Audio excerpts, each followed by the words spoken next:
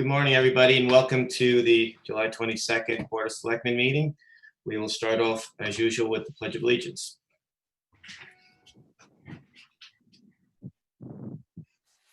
Pledge allegiance to the flag of the United States of America, to the Republic which it stands, one nation, under God, indivisible, with liberty and justice for all. Okay. Thank you. With that, we'll go to item number 2, which is the approval of the minutes from the Board of Selectmen meeting of July 9th. Is there a motion to approve those minutes? Lauren Raven motions to approve the minutes from the Board of Selectmen meeting of July 9th, 2020. Jill Oberlander, I'll second that. Okay, all those in favor, Fred Camillo votes yes. Jill Oberlander votes yes. Lauren Raven votes yes. Okay, thank you. With that, we will go to the updates, and I will start off first with the first Selectmen's update. Right now, we continue to monitor the town as we are well into the reopening, and we are doing quite well, but we are absolutely committed to reminding people every day about what's going on around the country. The governor now, as of yesterday, Governor Lamont added 10 more states to the list of no travel restrictions. So that's, I think, 31 now. So that's a majority of states. So an outbreak anywhere really will affect us. So we really have to keep reminding people about social distancing and wearing masks and washing your hands. I took a walk down Greenwich Avenue yesterday and spoke to a couple restaurant managers about crowds congregating late at night. They're aware of it. I know Chief Heavey has sent people down there, and they know they're being watched. We want them to do well, and they're doing well, but they're going to have to be responsible too. So we are monitoring that and making sure that any report that comes in, we are going to follow up with it. Excuse me. We continue to visit all areas of town to explore where we can enhance each section. We've found, for example, we were made aware of a couple situations, one in Old Greenwich where a piece of property that is owned by DOT not being kept up. And so we're going to file DPW. I think if Jim's on here, it was very nice to say that the department would file an encroachment permit with DOT to allow the town to take care of it. It's the corner of Sound Beach and the cutoff to the back of the railroad station. So back of where King's is. So things like that we're monitoring. Somebody tweeted out a picture to me about how bad, how bare the islands look, traffic islands look when you get off the exit in Byram. And they're correct. And it's certainly, we do a good job in lots of places around town, but we're not doing a good job there. So that is going to be on the list of things to fit in with our overall greening and streetscape plan. So it won't just be the 6 mile stretch of the post road. It's going to be all over town. So it's helpful when people keep us, let us be aware of areas that need some propping up and refurbishing and just a whole new look. So we will get on that. But thank you to everybody that reached out with concerns. And the area in Costco that we're going to close off right when you come off of Sinaway Road onto the post road and the firehouse is on the left, that little turnoff strip there, we'd like to close that off and put some tables, but that is under the control of Connecticut Department of Transportation. So we will file it. We have actually, I think we're filing it probably today. We had it done this week. And hopefully if they sign off, we will begin making that a lot more pedestrian friendly and give that little area of Costco a new look. So that's exciting. And I know we're also looking at things across the street in the Mill Pond area. Other areas to discuss. There's a bill in Hartford today that I sent an email to our Greenwich delegation about asking them, from my personal perspective, to vote no on it. It's the police reform bill. There's lots of things in there that are good that should be taken up. Excuse me, but there are things in there that I call, label a bridge too far. And happy to share what I sent to them with anybody. It's certainly something that, our men and women in law enforcement have a difficult enough job as it is. If that bill were to pass as is currently written, it would not only tie their hands in a lot of situations, but it would certainly be a recipe, I think, for some public safety disasters. So hopefully they will get it right and they'll amend some of that bill and do the things that take care of the things that should be addressed. We're going to do 2 of them here in town. We're going to form a citizens review council, but we are going to require people to go through this police academy, citizens academy, to understand what it is that a police officer does, and they'd be in a better position to sit and review of incidents if they come before them. So I think that's a positive. The body cameras we put before the Board of Estimate and Taxation yesterday. There was several questions from both sides of the aisle. So I would have hoped that would have been voted on yesterday, but out of respect, it's not going to affect the timeline at all. They did say that they may get together before their next scheduled meeting on September 21st. So I'm very confident that will pass. We're one of the few towns in Fairfield County that doesn't have them, although still a majority in the state do not have them. But we want to stay ahead of it. I think it would certainly help us, both citizen and law enforcement, would erase a lot of doubt. And I think it's just something that would be, much more transparent and for a lot more to the good and better for public safety in our town. So stay tuned on that. We're getting some other initiatives, which we'll get into a little bit later in the meeting. COVID-19, I believe there's only one suspected case in Nathaniel Witherell being tested. No other cases that we're aware of as of yesterday. And Dan Warzoa said he sent me an email today with the latest update. I have not seen it. I could circle back with everybody if later in the meeting. I'm looking right now to see if this was it. Yes. Okay. So we have as of today, July 22nd, there plus 19 cases in the last week in Connecticut.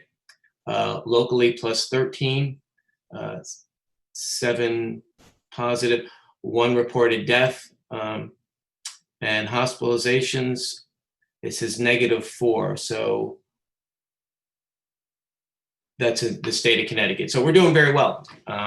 But again, just because we're doing well here locally doesn't mean that, we're out of the woods, not by a long shot. So with that, I will turn it over to, I see Jill in front of me, Selectwoman Oberlander, for her Selectwoman report.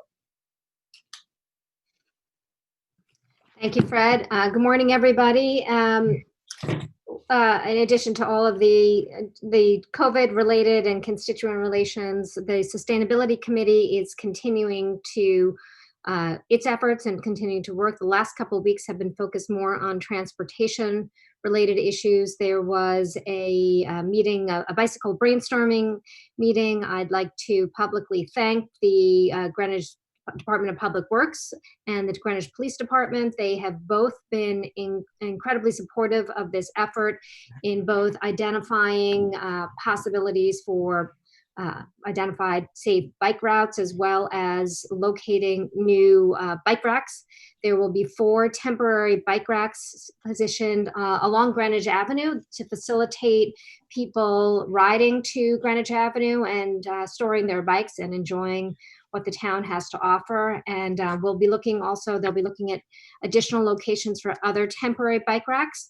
So if anyone has an idea or suggestion of an area, please reach out to the board or to Public Works, and we'll make sure that gets conveyed, trying to find the best places to put in some temporary racks to encourage riding. If you've missed the police department's notification about safe riding, please look for that, and we'll be advocating that as well, that cyclists on the road should follow the traffic laws, and drivers should be aware that the bicycle riders may be on the road as well.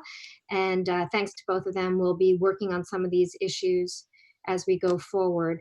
We'll, as we continue with transportation, we're also going to move back onto waste reduction and start to talk about how do we move to the next phase there, take a look at what the results have been from the stay-at-home order, whether that had an impact on trash. There was an opinion last week on the state incinerator, and which puts the potential pressure on the town down the road, something that was talked about a lot this spring with the tipping fee pay-as-you-throw ordinance.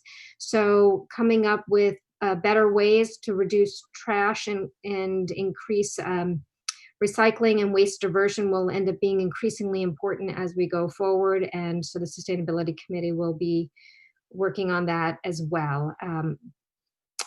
I'm continuing to meet with not-for-profits in town to find out how COVID is impacting them going forward, what we can look to expect. And over the next couple of months, they are facing increasing challenges. So it is important that we track that information and get ahead of the game on that. And then lastly, I just want to address something that I read about this morning in the newspaper and spoke briefly to Fred about yesterday.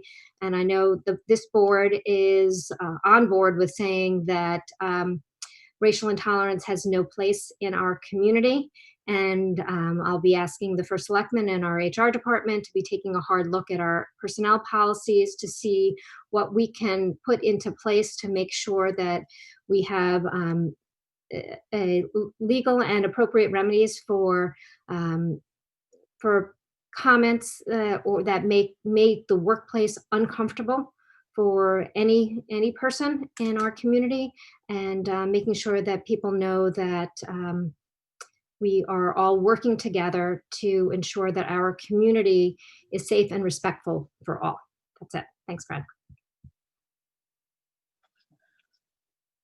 Thank you. I muted myself. Thank you, Jill. And yes, I appreciate your comments. And I did get interviewed yesterday and said that we had talked about expanding the training that we give to our town employees to include social media etiquette. And we just talked about it. We never did anything. So I think this is our cue to follow up on that. And I reached out to HR. So we will be including that so that our town employees are aware of what is expected of them going forward. With that, we'll go to Selectwoman Raven.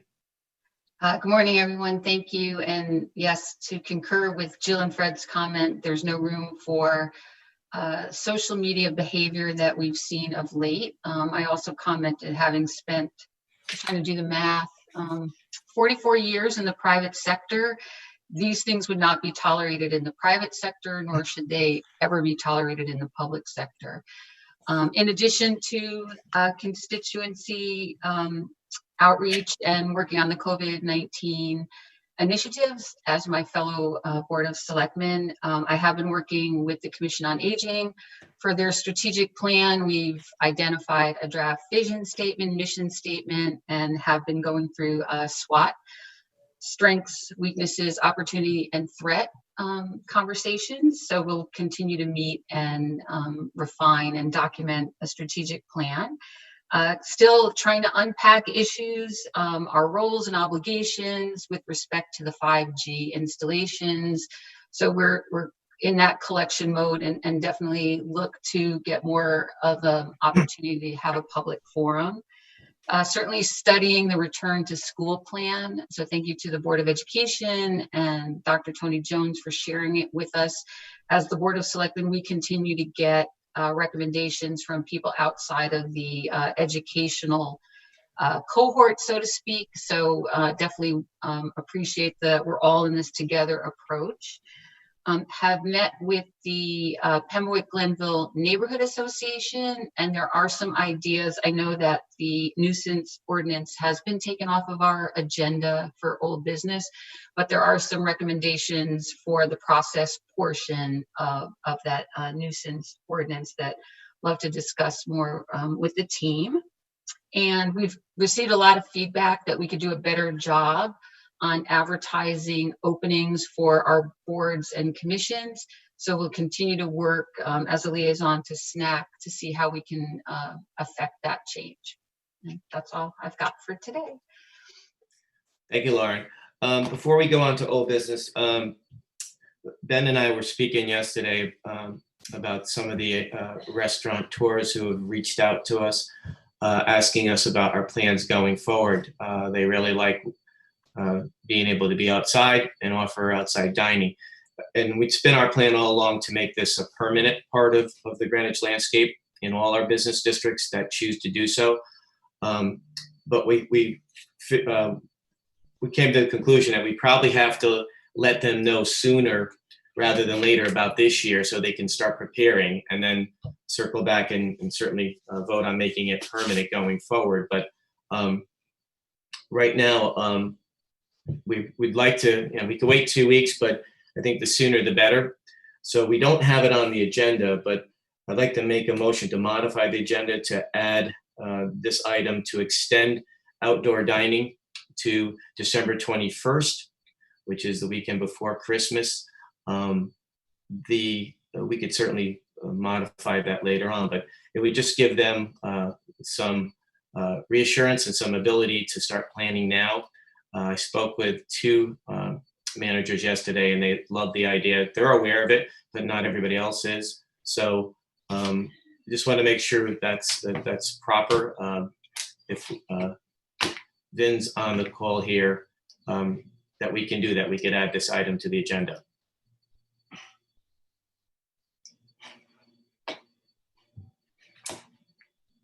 Okay. Vin, are you on? I did see him on somewhere. He is on. If Ben would unmute, please.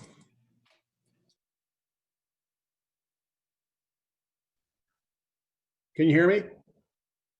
Yeah, yes, Vin, thank you. Just wanted to make sure we're okay.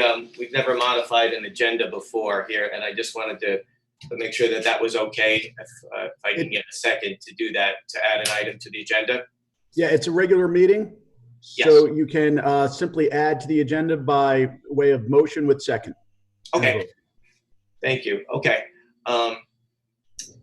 Is there a motion to add this item to the agenda to extend outdoor dining to December 21st in our town for at least this year, and with a plan to revisit it on a more permanent basis? Ed, you did make the motion, so we need a second. Oh, Jill Oberlander, I'll second that motion. Okay, thank you. All those in favor, Fred Camillo votes yes. Jill Oberlander votes yes. Lauren Raven votes yes. Okay, thank you. So I guess we'll just take that up now. I briefly explained it, but we just want to make sure that that they have enough time to plan. Right now, as it stands, the governor's executive order allows us to the first week of September. I believe that will be extended too. But we want to let them know here in town what they can do and start preparing for the fall months. And it looks like it's probably going to be something that we can safely say that I think everybody's so excited about that we'll probably have no problem making this a permanent arrangement. But as we've seen, we've made some adjustments, and I foresee some more adjustments going forward. But it's certainly been something that's been very successful, and it's added, I think, a real different look to the town, look and feel to the town. And I'm getting lots of feedback from not only residents, but a lot of the business owners downtown that like it. There was, every once in a while we do get a merchant who is having difficulty or would like an adjustment. And so yesterday I visited one and, excuse me, I spoke to the neighbors. He wasn't there. And one was shocked that there was concern by this merchant because they talk all the time. But at the heart of that issue was the merchant was saying that there was a couple of tables from the restaurants that were right in front of his place, and he would rather they not be there. So I asked him if both of those restaurants, if they can just move over a little bit, and they said that they would. So that should take care of that. But any time, everybody seems to be being really good neighbors with each other down there, which is really nice to see. So anytime we get a complaint or concern, we head down there and see. So I'll visit that again today to make sure that that everything is okay. And if it's still some concern, we'll certainly address it. Any thoughts, Jill? So Fred, as you know, I'm a strong proponent of this plan, having talked about it quite a bit all last year before even COVID. I do wonder, however, whether, and this is, I guess, a question to Vin, because I don't see anyone from planning and zoning on the call. Is it as simple for us as to just extend the date, or do we need the approval for, I think a number of these restaurants comes through planning and zoning. So I'm wondering, by voting on an extension of the date, I don't recall that we had a specific date in there when we approved it. Is that within our jurisdiction or within planning and zoning's jurisdiction?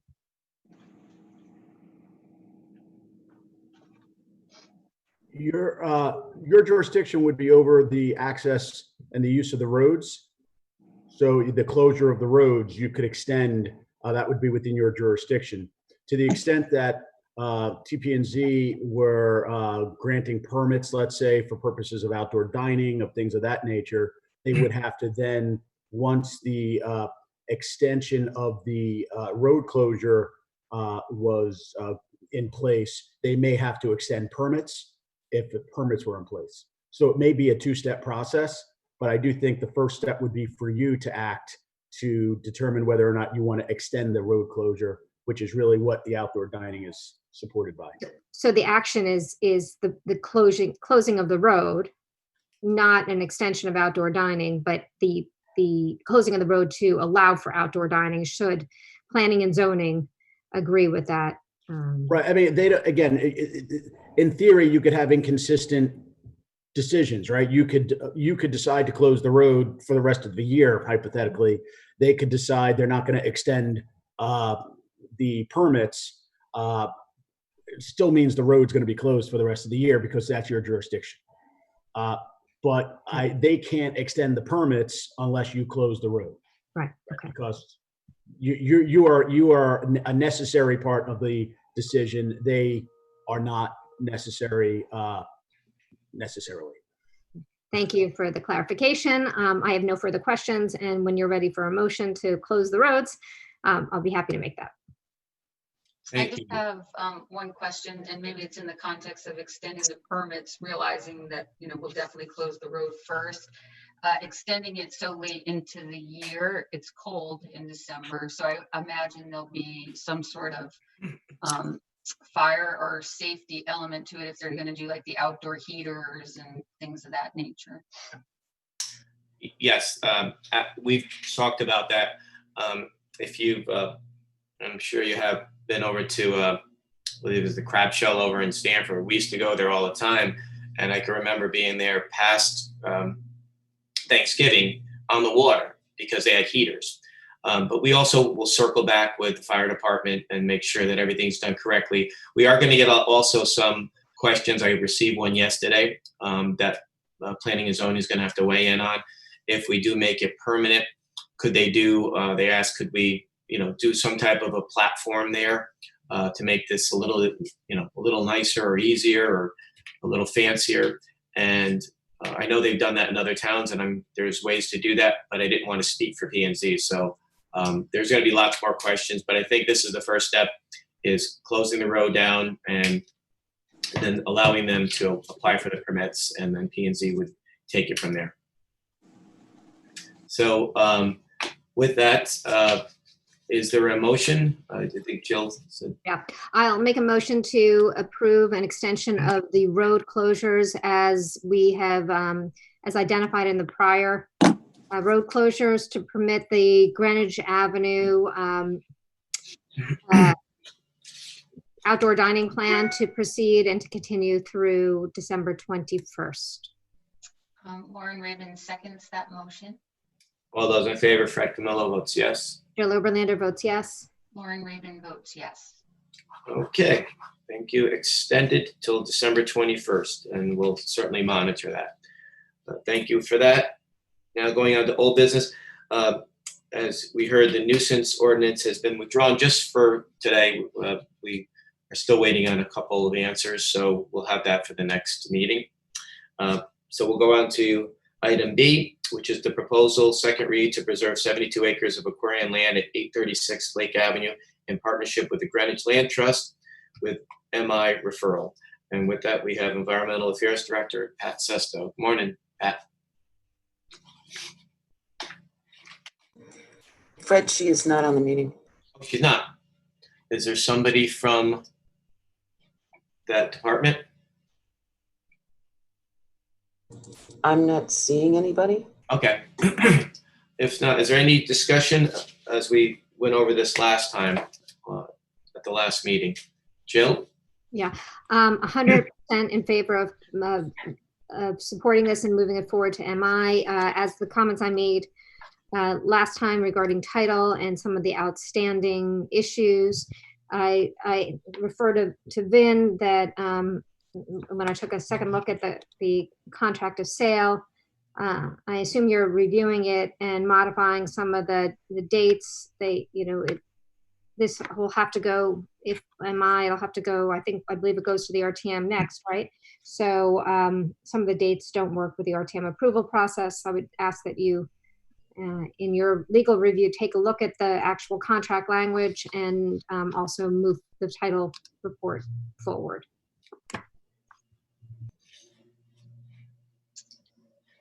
No questions. I'm ready to make the motion. So Lauren Raven, I'll motion to accept the proposal to preserve 72 acres of Aquarian land at 836 Lake Avenue in partnership with the Greenwich Land Trust with municipal improvement referral. I will Second that motion. Jill Oberlander. Okay. Thank you, Jill. All those in favor, Fred Camillo votes yes. Jill Oberlander votes yes. Lauren Raven votes yes. Okay, thank you. Now going on to new business, and we have the request for MI referral for the Eastern Greenwich Civic Center, and this is a first read. You all have in your packet the newer version of the renderings, and with that we have with us Al Manelli, who's our maintenance and construction man. Morning, everybody. Alan Manelli, Department of Public Works. This morning, we're seeking municipal improvement status for our project to replace the existing Eastern Greenwich Civic Center with a new building. The existing building at 90 Harding was originally constructed as Employee Recreation Center for Electrolux back in 1950. In 1966, the town acquired the building and the property, and it became the Eastern Greenwich Civic Center.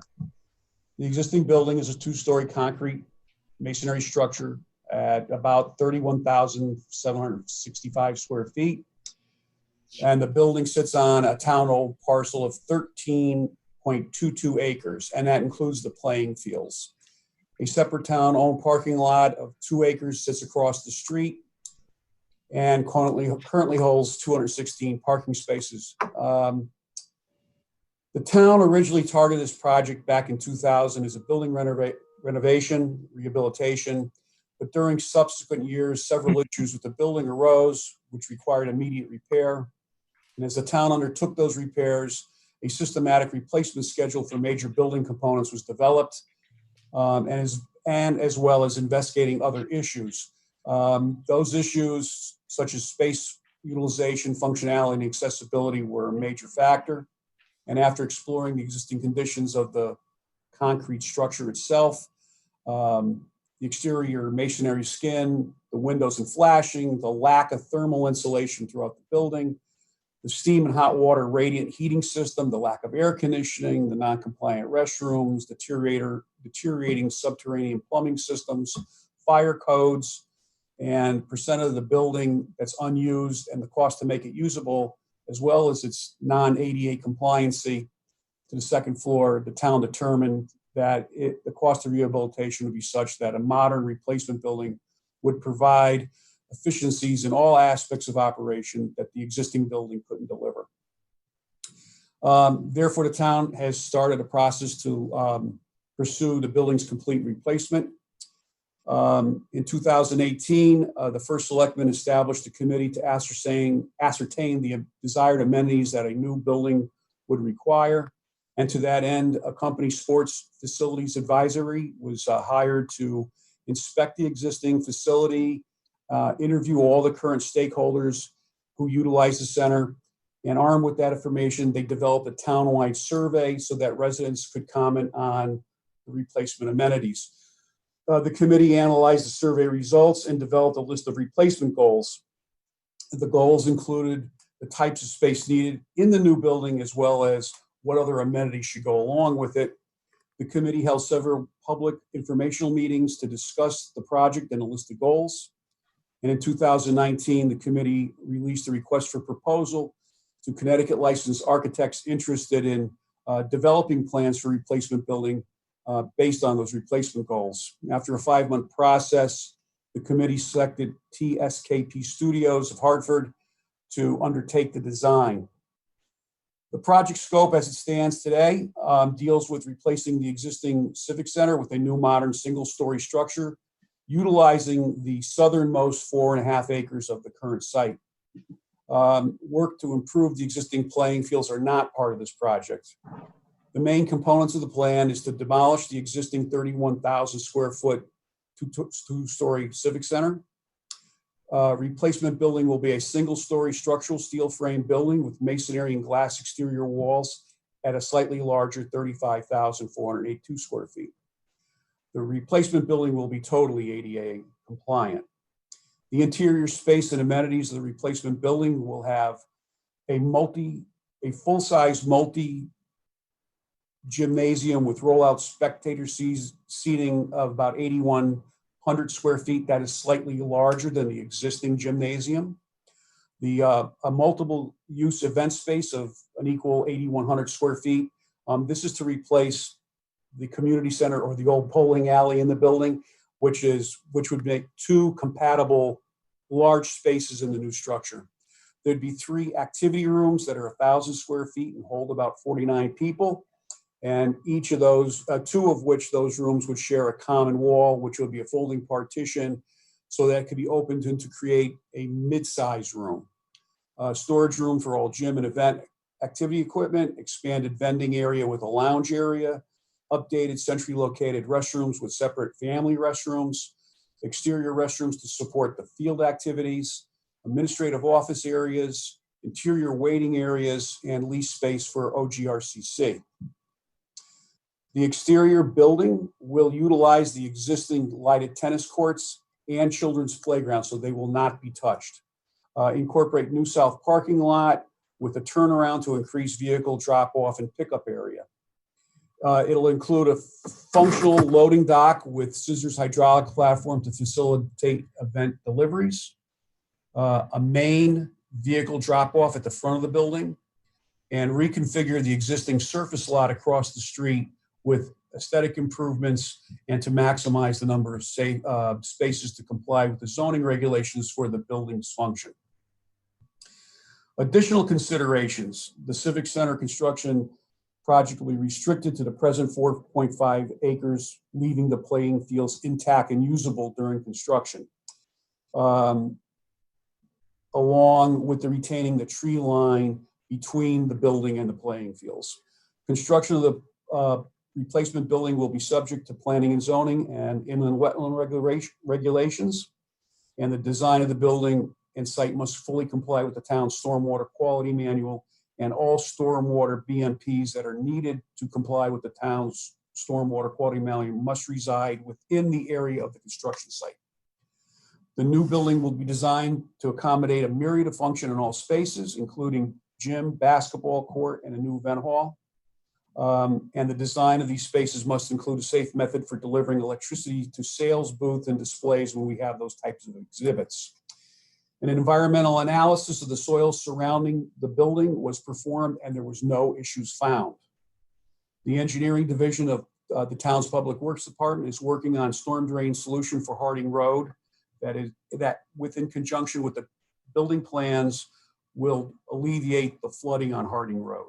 The actual work to resolve the road issue is not part of the building, but the stormwater BMPs that we are putting in for the building and the parking lot will drastically reduce the amount of stormwater entering Harding Road.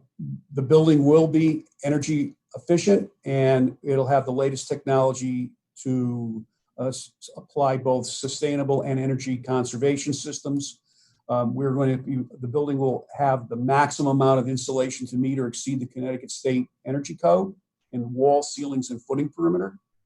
The exterior windows will be low E insulated glass with high performance 2-coat PFDF, fully modulating high efficiency gas fired condensing boilers, high efficiency air cooled chiller, building management system to control and optimize all the building management equipment, environmental equipment, outdoor temperature reset for heating and cooling plants. Interior space will be based on the owner's defined occupancy schedule. CO2-based demand control ventilation allows for reduction in air ventilation energy consumption while maintaining a healthy indoor environment. In older buildings, this was just a volume of air that was pumped in. With the new building management system, we can control that based on CO2 levels, which will greatly reduce the energy consumption within the building. Energy covering systems in the men's and ladies' room to recover the energy that's exhausted out as part of the ventilation system. LED lighting fixtures will be standard throughout the building. Daylight sensors to dim the lighting automatically when there's an adequate exterior light. Dimmer switches in select spaces to allow users to change the light levels. Photocell and time scheduling for devices on the exterior and site lighting. Electronic flush valves for the bathrooms and toilets. Low flow plumbing fixtures. And the building's roof and internal electric system will be designed to incorporate future installation of photovoltaic cells on the roof. These systems would be installed by an independent provider of the town's choosing through a power purchase agreement. And Barbara, can you hear me? Because we have some pictures someplace. Yes, so if you're ready for the slideshow, we will put that together. This is the site plan. As you can see on the bottom of your screen, that is the railroad tracks where the overpass is on Harding Road. There'll be a turnoff to the right that'll allow site parking, and that turnaround at the back area is for pickup and drop off. The loading dock is right in the middle. And then there's the further up on Harding Road is the main front of the building, which is a pickup and drop off zone. And you can see the building is basically going to be built in the same area as the existing building currently sits. In the rear of the building, you have the 2 tennis courts and the children's playground. And then on the opposite side of Harding Road is the parking lot, and that parking lot will be regraded into its own retention pond. The next picture is of the floor plan. At the bottom of the screen would be the front door. So as you enter, you have a waiting area. You have the administrative space, a control desk with the camp director, and on the left side you have the main gym. The center of the building is like a flow-through point for visitors to go from the front to the rear of the building, and that also allows them to access both the gym on the front left or the event space on the back right, and the meeting rooms are opposite the event space on the left towards the back. And you can see that the men's and ladies' room and the family changing areas are centrally located within the building. We are laying this out in this view. We show the basketball court in the bottom left. The event space could hold many different events. In this plan, we're showing round tables for a banquet type layout. The next picture is a rendering, I believe, of the proposed front of the building. It is a masonry structure. It has, you'll see it better in the next picture, but it has a curved roof, intersecting curved roof. So it curves in the front and curves in the back, and it flattens out in both areas. There is a beach card window in the front that people could buy their beach passes for. The public could buy their beach passes for Greenwich Point during the week. And the next picture should be that of the side of the building. This would be if you were on the playing fields looking at the building with the railroad in the background. You can see here the intersecting curved roof line of the building. And the final picture is of the rear of the building. This is the rear looking at the event space, and right behind the lady with the small child walking on the sidewalk is one of the activity rooms. OGRCC's office would be on the extreme right. And we actually are replacing the exterior men's and ladies room that used to be over the bridge, over the creek, that fell into disrepair and then were removed. So this building will have exterior restrooms so that on the weekends, the fields could utilize them. Any questions? Alan, thank you for that presentation. With the basketball court, will that be regulation size, 94 Yes. by 50? Yep. It will. Okay, thank you. That's good. Also, and you said the men's and women's changing area. Will there be any lockers in there? No. Changing areas have been restricted to the outside of the building, and we're basically going to have a stall to do that in. We have to be very cognizant of what's going on in uncontrolled areas of the restrooms. So there would be a stall without a toilet in it that somebody could use as a changing room. Okay, thank you. And you said the outside building is going to be replaced, the restroom building. The new ones that are going, is that going to be attached to this building, or is it going to be a standalone? No, it's attached to this building. Okay, thank you. Lauren? Hi, Alan. Just two questions. Do you have an estimate on how long it's going to take to build the new structure since the existing one will be demolished? I would expect from the time that Parks and Rec moves out of the building till the time they can move back in the building would be somewhere between 24 and 28 months. Thank you. And then I noticed, as soon as I saw the design, but I think when I saw their acronym TSKP, they're the same architect for New Lebanon School? Yes, they are. Thank you. Jill? Hi. Thanks, Alan. Thank you for all of your work on this. I know that we have a number of people in the audience who have worked on this for many, many years. I think I can comfortably say it's about time. And I just had a question about the roof line and the ability to install sort of solar or other energy saving. Where along, I'm looking at this curved roof, where along the curved roof would it sit? The whole curve. As long as we have enough space for a repairman to get on the roof, the entire roof can be covered with solar panels. So it's no issue that it's curved. No, Nothing on the end. And it's hard to tell from these images, but is there anything on the roof line other than, these windows that would allow natural light to extend down into that front to back corridor? yes, the curve, it's hard to see in these pictures, but that corridor actually has glass in it also. So natural light penetrates that middle corridor. Okay, so the sides of the corridor are flanked by glass going up. The roof line it's not a flat roof over there. No. Great. Thank you, Alan. And Fred, I don't know whether you're taking comment from the public on this? Sure. Does anybody have their hands raised? Not yet. They don't, but I know that it looks like there are a number of interested people in the audience. I didn't know whether they wanted to speak to it. There are 2 people that now have their hands raised. Okay, I will go to Kirk. Kirk, good morning. How are you? We're gonna have to move him to panelists as an old computer.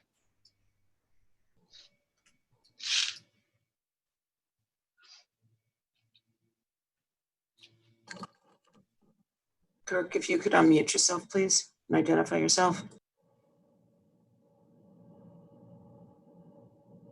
Looks like he actually doesn't have a microphone attached to his computer. Do you want me to try and call him? Let me see if I can. Kirk.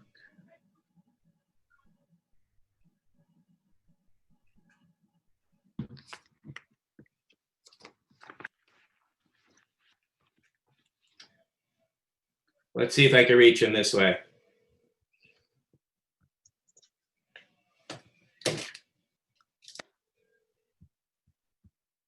Can you hear me? There you go. There he is. Okay. Okay. All right. Sorry about that. So Hi, Kirk. the building looks great. Just one question. During the June 18th public hearing meeting, a question was asked about using baseballs in the gym area where there's a lot of glass. And I think, if I recall properly, the architect said that might be problematic.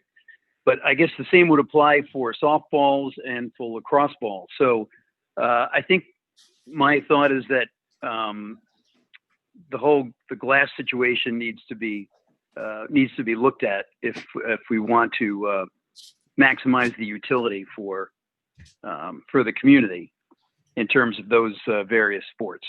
So that's my thought. Okay. Thank you, Kirk. Sure. Good to hear from you. And now we have, I thought I saw another hand raised, but I guess not. So this is a first read. So we'll have this back again at the next meeting for a vote, unless you want to waive that. Jill, Lauren? Well, I'm 100% supportive. As I said, it's about time, but I do think that there's a process for giving the public an opportunity to have a first read and then relay comments if they have any comments on it to the Board of Selectmen before we vote on MI, and not giving them that opportunity. I generally don't like to take that away unless there's an exigent circumstance, but. Yeah, well, very well taken. I agree with that. Me too. Okay, so we'll have it back at it, and this will hopefully give people some time to review it some more and have some more questions. If they have any more questions, they can do so in the next 2 weeks. Okay, thank you, Alan. Much appreciated. Okay, with that, we will go on to the amended traffic ordinance to include a no parking zone on Sunshine Avenue with Parking Services Business Manager Luann Bellantoni. And first, I just want to thank you all and DPW for listening to the residents there that really were passionate in their opinion about not chopping down that big tree that is on the sidewalk there where the roots have grown into it, and coming to a solution to save that tree. And this obviously, putting that sidewalk there allowed that to happen. But in doing so, it could create another hazard. So that's why this is before us. So Luann, good morning. Good morning, Mr. Camillo, Ms. Oberlander, Ms. Rabin, and all the participants. Do you hear me? Because sometimes I'm having an issue with. No, we hear you. Okay, sorry. I'm here representing Parking Services on our request to amend the traffic ordinance to include a no parking zone on Sunshine Avenue. The sidewalk and curb was recently replaced on Sunshine Avenue. The design and implementation included accommodating an existing tree. The decision to keep the tree was made by tree warden Dr. Kramer from Parks and Recreation. The sidewalk, the newly installed sidewalk adheres to ADA requirements, but thus narrowing the roadway. And just as an aside, to date, no correspondence has been received from local residents who received a letter of notification, either in favor or opposing the amendment. So at this time, once again, we're requesting to amend the ordinance prohibiting parking for a distance of 180 feet on both sides of Sunshine Avenue. This will both provide safe travel conditions for pedestrians and vehicular traffic. Short and sweet. Any specific design questions will be expertly addressed by Jason Kaufman. Thank you, Luann, for that explanation.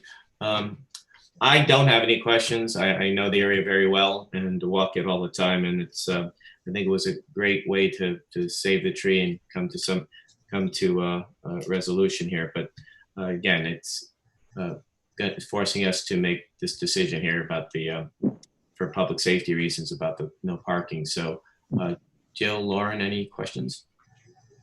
I don't have a question about this specific request, but I do know we're supposed to sign the audit ordinances, so it's more of a process question. We approved one 2 weeks ago.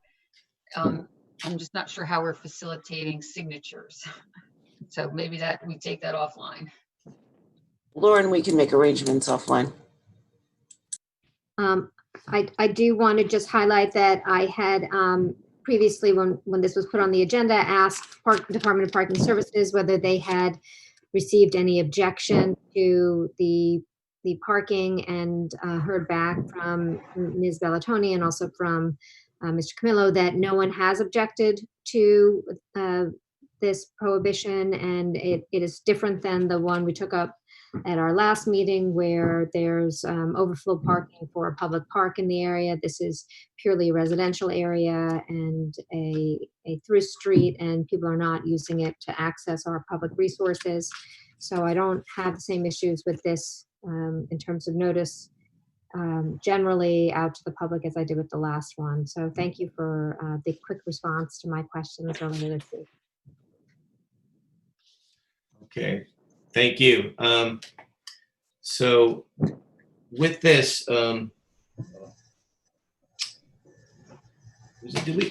this is a second read, correct? I think it's our only, And it's our you only are. read.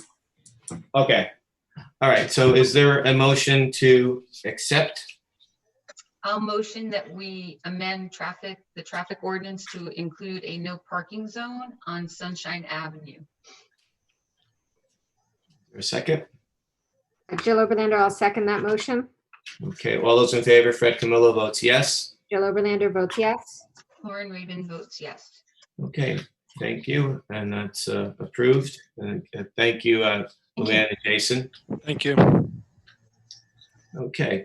The last item under old business is a request to appoint a Greenwich High School Security Vestibule Project Building Committee. And we have School Superintendent Tony Jones here with us.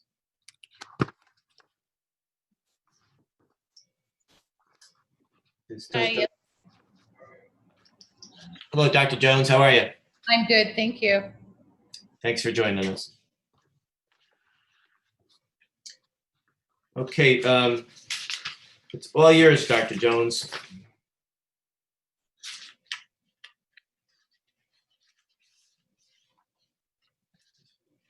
Is Dr. Jones unmuted?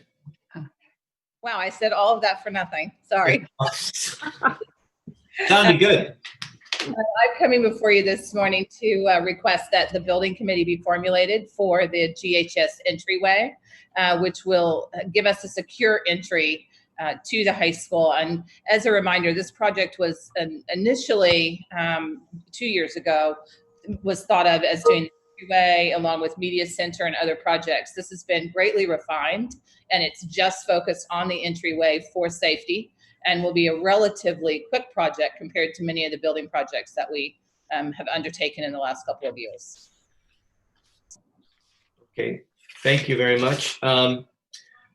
Just some clarification, because I saw an email from Linda Valentine, which was responded to by the moderator, about jurisdiction over these committees. So just for point of clarification, then we're being asked, Dr. Jones, we're being asked to establish this committee. And normally, if I remember correctly, sending us names as suggestions is normal. But ultimately, if there was some people here that we thought didn't work, and we had some other people that maybe had skill sets to match it, just a point of clarification to Vin Marino. Vin, who ultimately gets to, sorry about that, establish who the members of this committee are?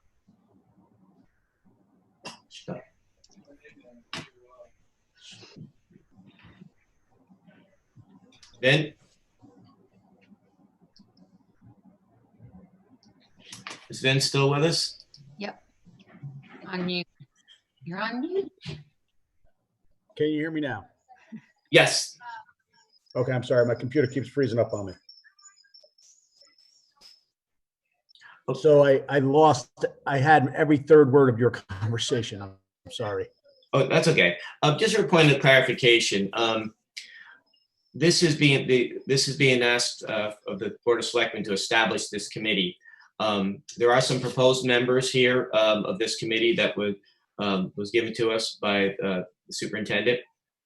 Ultimately, because there seems to be some confusion here, ultimately, who picks the members of this committee?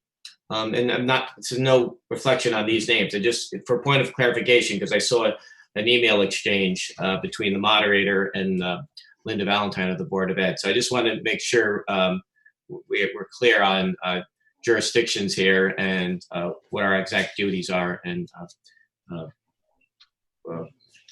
duties to appoint this committee. And if we can do it, if there was somebody on this committee, this proposed list here that we didn't think was a right fit, do we have that right to establish that, to change that up? I think the appointing authority is the Board of Selectmen. And so the appointing authority always has the ability to reject names and to approve names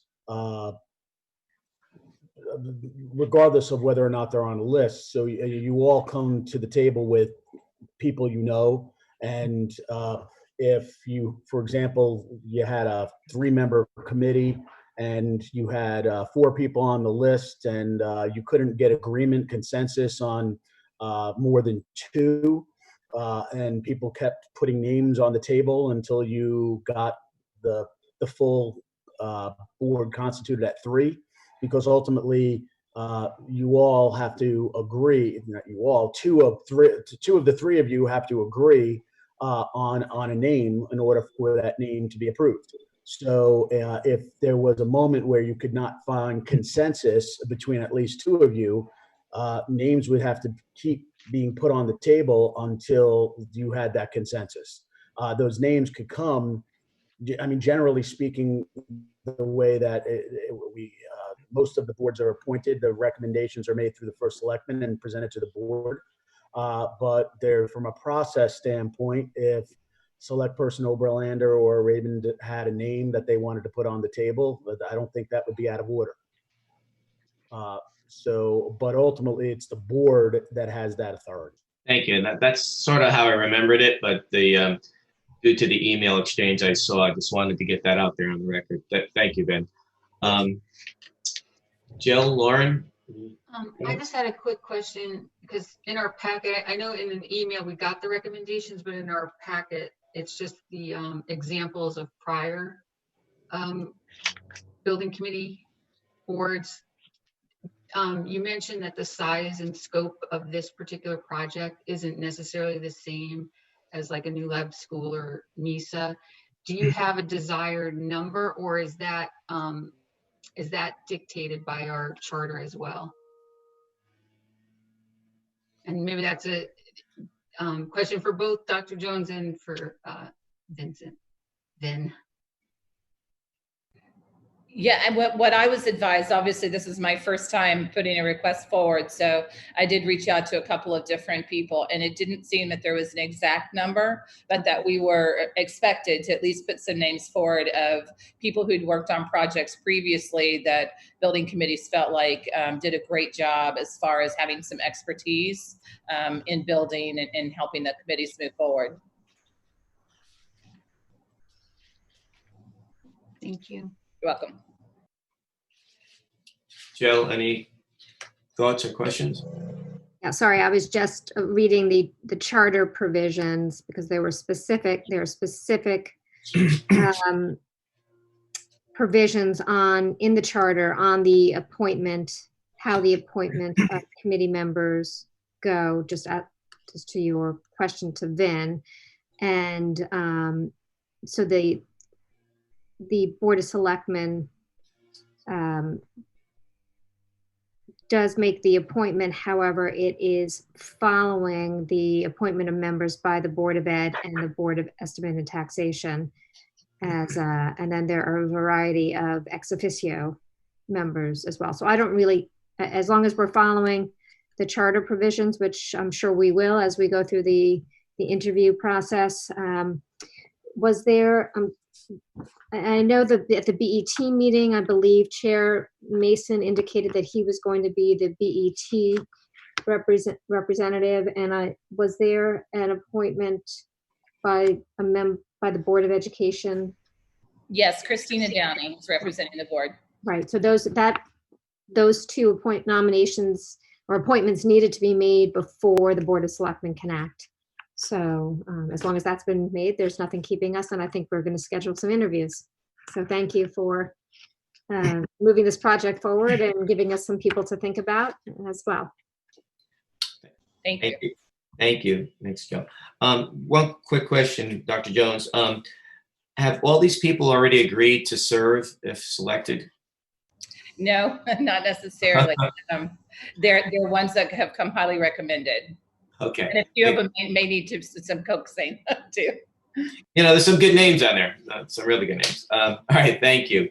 All right, so we have some work to do. So thank you for your presentation. Thank you. Okay. With that, appointments and nominations, do we have any today? No. Okay, with that, is there a motion to go into executive session? And I'm going to ask everybody to just turn off their camera and mute themselves here. But is there a motion to leave this meeting and go into executive session? Jill or Lauren, you're muted, or I know you're trying to make that motion. Sorry, you have a lawnmower in the backyard. I motion at 11. Lauren Reagan motions at 11:09 to leave our regular meeting and go into executive session. Jill Oberlander, I'll second that motion. I do want to ask whether we are doing it by phone call separately, or we're breakout room, or how we're doing the executive session. Just You received an email with the phone call and information. Okay, great. Thanks. I'll look for that email. Thank you. I think we have to take a vote. Oh, yes, we do. One foot out the door. Okay, all those in favor of going into session, Fred Camillo votes yes. Jill Oberlander votes yes. Lauren Raven votes yes. Okay, thank you. See you in a bit. Lawnmower.